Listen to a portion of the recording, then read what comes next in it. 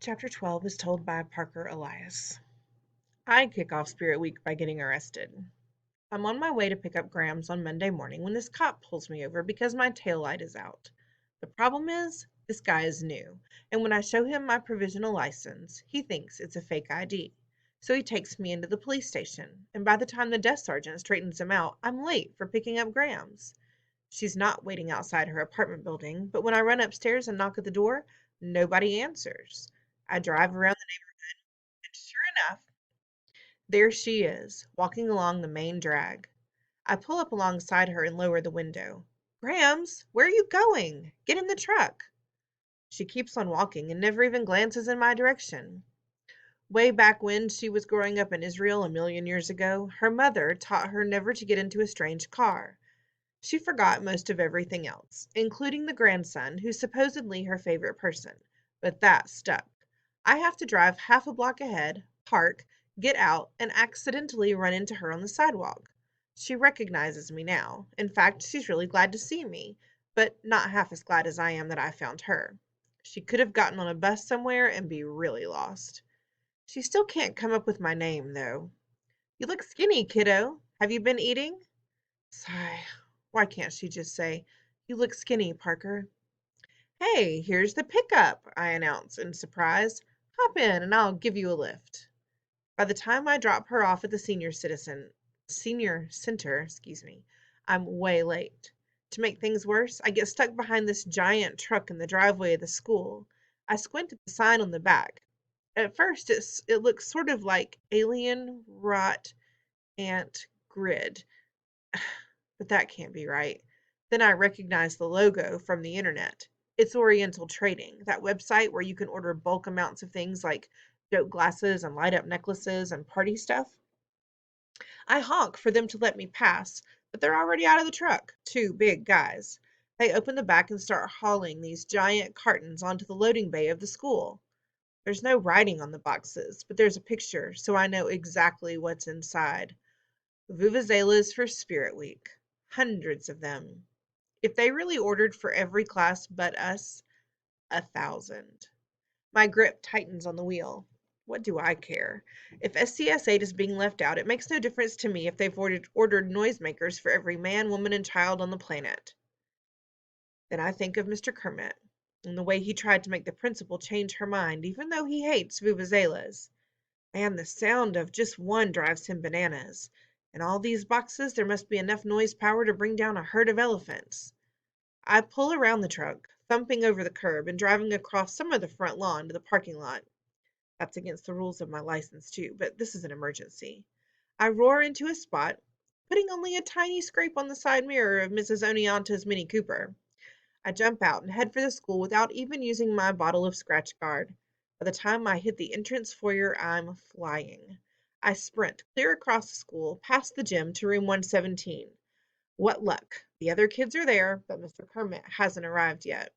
Considering he's a teacher, he sure doesn't seem to have a problem with tardiness. His own, anyway. If they gave late slips to staff members, Ribbit would spend his whole life in detention. Maybe that wouldn't be a bad thing for someone who loves crossword puzzles so much. The Vuvuzelas are coming, I gasp. One if by land or two if by sea, Barnstorm snorts. This is serious, I insist. Oriental Trading is parked out front right now unloading them. Kiana clues in. Mr. Kermit's gonna lose it. And it's gonna be hard to get any rest, said Raheem with a yawn. It's no fair that everybody gets them but us, Aldo complains. I mean, I don't want a stupid Vuvuzela anyway, but it's still annoying. Ribbit's right, says Barnstorm. It's fine to have spirit if you really do, like if your team is winning the championship or something, but to have spirit because your principal tells you to, because of what week it is, that's just dumb.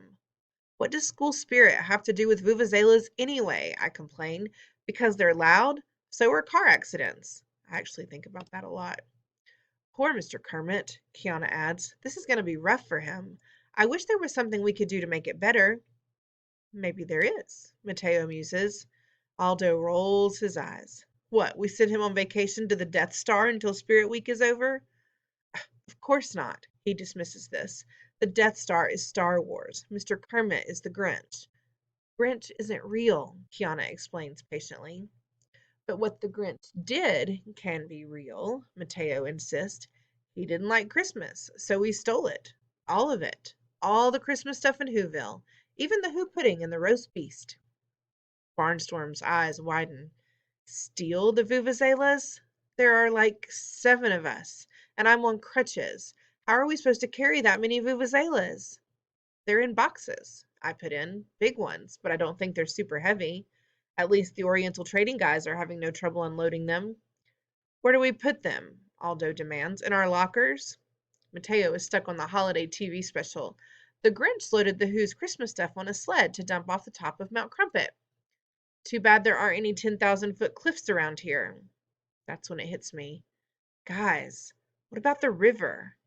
If you follow the school property straight on past the athletic fields, you'll eventually come to the banks of the Greenwich River, which divides our town in two. Kiana shakes her head sadly. It's just not practical. There's no way we could move giant boxes all that way. I'll drive them, I say suddenly. We just have to load them into my truck.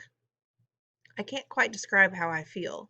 It's not that I'm so anxious to do it, but suddenly it just seems so doable, and knowing it's possible, it feels like we have to try. Raheem looks up from his doodles. We'll get in trouble. No kidding. If we get caught, it's hard to imagine the school will go easy on the kids who hijacked 1,000 vuvuzelas. The answer comes from, of all people, Elaine. We're already in trouble, she rumbles from her spot at the back of the room. This class is trouble. What can they do to us? Put us in here twice? Let's do it. Kiana reaches a hand into the center of our group. For Mr. Kermit. Barnstorm places a crutch over it. I'll show them where they can stick their spirit. Aldo tries to lay his hand over Kiana's, but the crutch is in the way. Nobody tells me what to get worked up about. To the universe and beyond, Mateo exclaims. We all sign on, even Raheem, who is as close to wide awake as I've ever seen him. We have to hurry, I urge. Once the custodians start unpacking those cartons, it's all over. We head for the loading bay, taking the long way to avoid passing the faculty lounge. The last thing we need is to run into Mr. Kermit heading for room 117. Not that he'd ask us where we were going. Luckily, the halls are busy, so nobody takes much notice of us as we loop around the main foyer and backtrack to the storage rooms that connect to the loading bay. Kiana peers around the doorframe. Uh-oh. Following her lead, I peek into the storeroom. The loading bay door is still open to the driveway, but the truck is gone. Just inside stand the big boxes. I count 7 of them, stacked 3, 2, 1. Mr. Carstairs stands next to them, the packing slip in one hand and a half-finished bagel in the other. Why hasn't he started unloading yet? I murmur. He's probably waiting for help, Kiana whispers back. That means the other custodians could be here soon.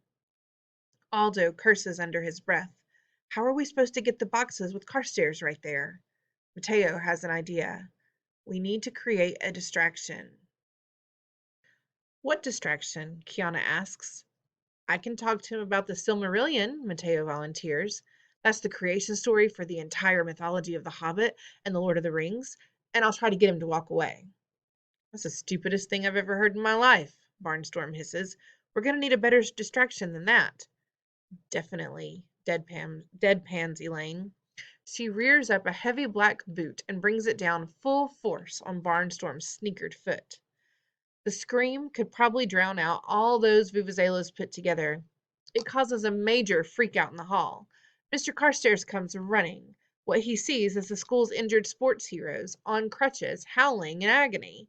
The custodian gets his shoulder under Barnstorm's arm, and the two of them begin hobbling in the direction of the nurse's office. Kiana turns accusing eyes on Elaine. You didn't have to do that. He could have just faked it. Aldo chortles. Not as good as that. We race into the loading bay. Oh, gross, Raheem complains. What's gross? I ask. He points. It says on the boxes. They're gross. Kiana throws up her hands in exasperation.